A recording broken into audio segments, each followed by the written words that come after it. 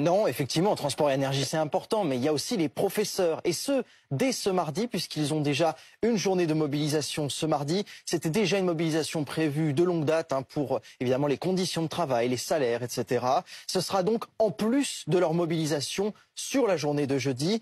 Avec les secteurs dont vous avez parlé, tous les syndicats représentatifs ont appelé à se mobiliser. L'enseignement supérieur rentre aussi dans la danse à partir du jeudi, journée du 19 janvier. 23 syndicats appellent à la mobilisation. Les plus gros syndicats policiers aussi, Alliance et UNSA. Quel impact ça aura sur les effectifs sur le terrain? Ça, c'est encore trop tôt pour le dire. Et puis, la fonction publique aussi. Tous les syndicats appellent à la mobilisation. Ça voudra probablement dire moins de fonctionnaires dans les services publics, dans les préfectures par exemple. Et puis plus inattendu aussi, les saisonniers des stations de ski, eh bien eux aussi seront en grève, pour être tout à fait précis, à 10 h à Grenoble, à 14 h à Chambéry. Enfin, les personnels pénitentiaires également, il y a un syndicat, CFO, qui appelle à la mobilisation, donc peut-être moins de personnes dans les parloirs. Et même le Quai d'Orsay devrait se le ministère des Affaires étrangères. Et il y a des secteurs qui n'ont en revanche pas appelé à la grève, mais qu'on surveille? Non, alors effectivement, ils n'ont pas appelé à la grève, mais on va surveiller l'hôpital, parce que l'hôpital est en grève illimitée depuis le 10 janvier, sur la situation, sur les moyens, évidemment.